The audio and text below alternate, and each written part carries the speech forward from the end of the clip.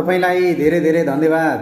तपाईको चिना म हेराउँदैछु। शुक्र ग्रहको दशा रहेछ 45 वर्षसम्म, तपाईँ 37 वर्षमा चल्दै हुनुहुन्छ। दोस्रो ग्रह चन्द्रमा छन् 41 वर्षसम्म र तेस्रो ग्रह भद्रिका छ 42 वर्षसम्म।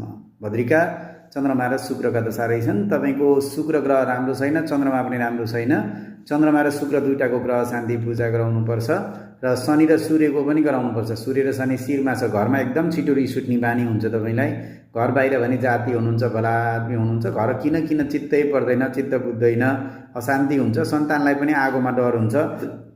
आगो जन्ने अग्नि जन्ने पदार्थहरूबाट डर हुने ग्रहको योग छ।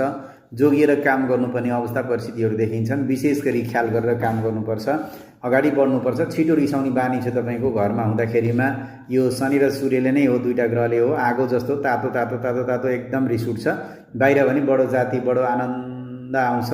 हातखुट्टामा चोटपट लागिरहने ग्रहको योग परेको छ। जोगिएर काम गर्नुपर्ने अवस्था परिस्थितिहरू कन्डिसनहरू छन्। तपाईलाई धेरै धेरै धन्यवाद।